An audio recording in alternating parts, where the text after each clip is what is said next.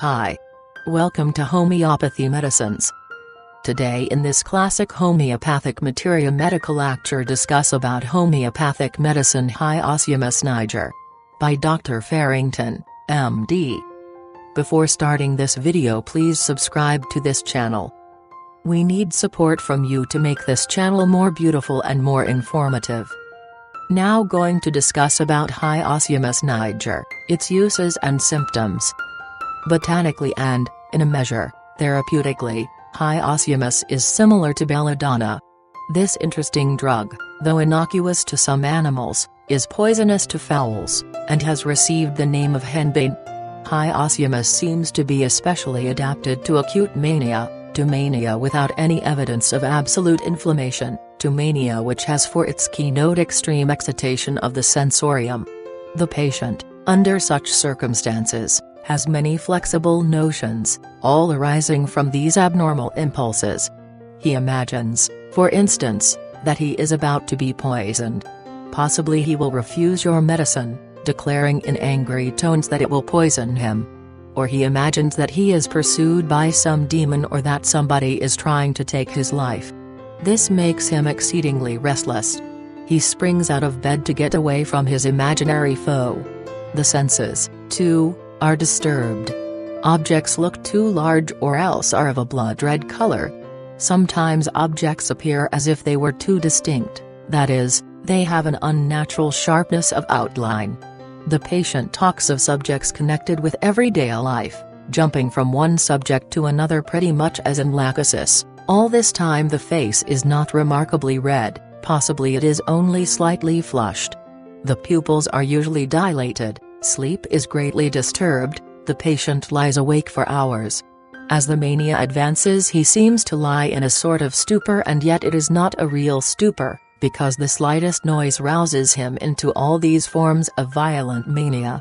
Every little impression causes excitement of the sensorium. Accompanying these symptoms we find characteristic debility. This debility showing itself in the great prostration on every attempt to move or walk about and in paralysis of one or more muscles following the maniacal attacks. As the sensorium becomes more and more depressed he answers questions slowly or else gives irrelevant answers.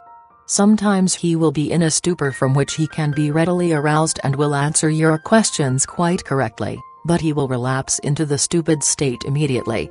With this there is a sort of a dynamic condition of the brain resulting from this prolonged overexcitement, and in this condition we still find delirium, but the patient is greatly prostrated, stool and urine pass involuntarily, the pulse is no longer full and accelerated, but is quick, rapid and without volume, and irregular.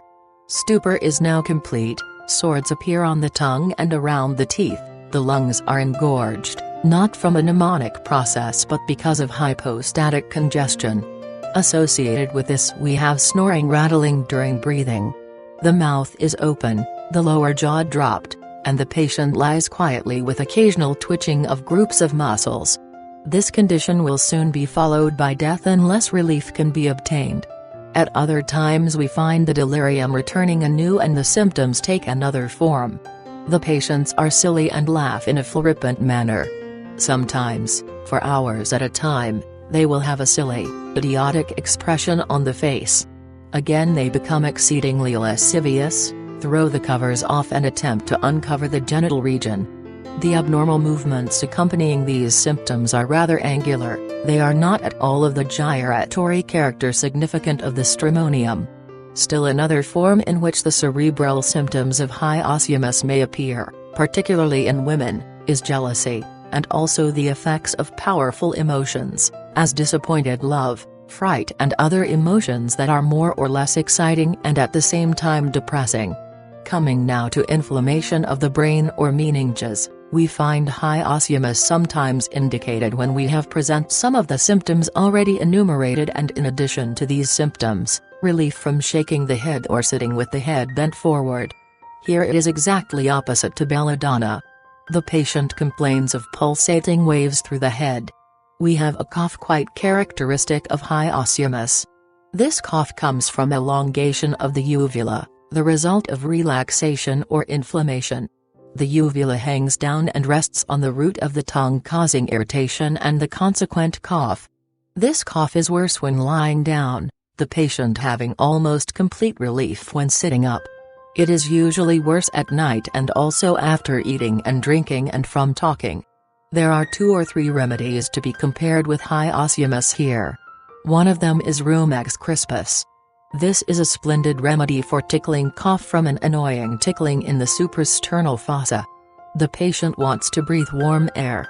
Anything which disturbs the temperature of the respired air excites the tickling and hence the cough. The tickling may extend down into the chest and still Rumex be indicated. There is another remedy which has the same symptom and one which has been confirmed too. It is Menthopiperita. It is inferior to Rumex, however. I have heard it said that eating apples will relieve this kind of cough. Hyoscyamus is also to be considered as a remedy for sleeplessness. It is useful in the sleeplessness of children when they twitch and sleep, cry out and tremble, and awaken frightened. It is also a valuable drug in convulsions. It is one of the most reliable remedies we have for epileptic convulsions, that is if there is no other remedy indicated. In the Hyoscyamus convulsion, we find the patient twitching and jerking. These angular motions that I have described seem to be provoked by eating. Especially is this to be noted in children. The child will wake up from sleep hungry, the face is apparent to be of a deep red color, almost on the purple. There are also frothing at the mouth, and biting of the tongue. These symptoms are almost always followed by profound sleep. We have Hyoscyamus indicated also in chorea. The patients are very weak with tottering gait. They seem to have abnormal impressions of distances. They reach for something that seems to be just within their grasp when in reality, it is on the other side of the room. Stramonium is also a remedy to be thought of in chorea, particularly if the brain is affected. The child awakens from sleep with a scream. It sings and laughs without reason. Still another remedy is Veratrum viride, which is particularly indicated when there is great congestion in the nervous centers. The pulse is much overexcited. Now let me speak of the fevers of Hyoscyamus. I have already given you the symptoms which would indicate the drug in typhoid fever. We have to see how we may apply it in the treatment of fevers with skin symptoms, as scarlatina. In scarlatina, Hyoscyamus is indicated although not very frequently, but yet it may be called for in cases that have been spoiled by Belladonna. The rash is of a miliary type and is dark or dark red in color. It is rather scanty, too, from partial repercussion. There are also picking at the bedclothes, crying out in sleep, and stupor, all denoting the alarming progress made by the disease. Stramonium is indicated in scarlatina when we have violent symptoms present, something like those we have seen in Belladonna. The face is very red, the rash seems to be scattered over the surface, the prostration is excessive, the skin is apparent to be very dry and hot without as much of the hot sweat as we found under Belladonna.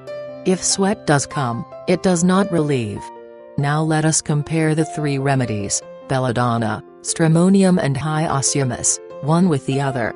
In general, we find that Belladonna causes more congestion or inflammation of the brain, Stramonium congestion with more sensorial excitement, and Hyoscyamus more nervous irritation with less congestion and inflammation than either of the others.